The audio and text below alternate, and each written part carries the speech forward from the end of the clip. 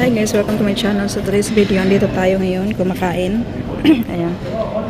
Espresso. Kasi duty sana ako. Nag-duty man ako. Galing ako duty. Tapos may may schedule ako.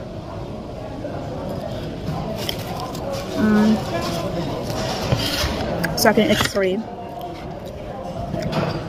Kasi yung baga ko nga, iwan ko kung baka may problema siya, may dumadaan. Dito ako kasi may chargeranan doon. May mga chargeranan. May nag-construct pala dito sa sa likod ko. May chargeranan dito sa sa espresso. A coffee without sugar is like a kiss without love. Yun pala yung dapat. So anyway, napakain ako dito kasi matagal pa yung balikan ko. Balik ako maya. Ang bilisan pala may XP. Dahil wala akong breakfast. My goodness. Hindi pa ako nag-breakfast at bilis ko natapos sa work. Binilisan. Nakasave kasi ako. Dito ko minuhos. Anyway, ang bayad pala dapat sa x-ray is 1,000 katin. No kroner dito sa pera nila. Pero dahil sa mga taxpayer kami, may talaga siya, mga ganyan. Mga check, mga ganyan. May siya, may discounted. May discount siya. So, nabayaran ko instead na almost 1,000 basta 1,000 plus. 1,600 ata, 800. So, nabayaran ko is 200 na lang. 60 something. Basta 200 or 280, under 300 siya. Kaya, bumili na lang ako ng breakfast. So, diba? Gamitin ko din time na to para mag-enjoy sa sarili ko.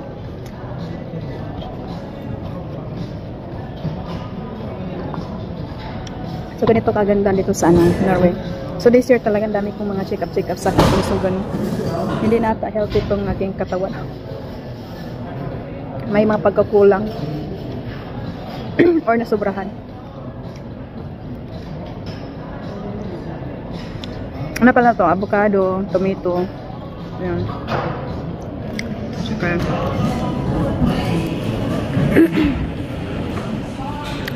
espresso. Tomato, avocado, tsaka kasi nahuli yung croissant kasi walang after ko na order to, tsaka naman lumabas yung croissant. Croissant sana masarap siya. Sarap ko dito. Yan lang guys, share ko lang ang aming pag nagkasakit ka dito sa Norway, hindi ka talaga sasakit yung bulsa mo. May pagkain ka pa may pwede ka pa magtira ng pagkain.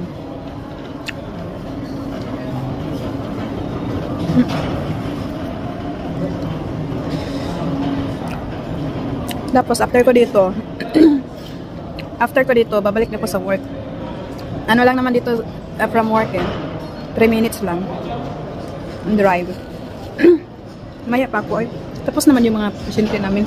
Yung schedule ko pala is 10:15 yung schedule ko sa x-ray. Natapos ako mga lang siya siguro 2 minutes lang. Kung magpa-x-ray pala kayo guys, tinggalin lahat, kita yung buong mong tutuyin, buong mong pagkatao.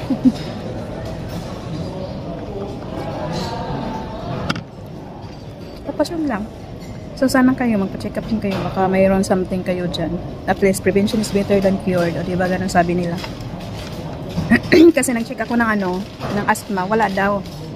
Walang nakita dun sa asthma ko, negative. Sabi ko mayroon talaga siya. So sana yung result ng x-ray is 3 to 4 days. Ang galing sa aking doktor. So yung doktor ko na yung mag-send sa akin. Try ko na lang 3 to 4 days. See you. Adios amigos. Drink tea. Bye.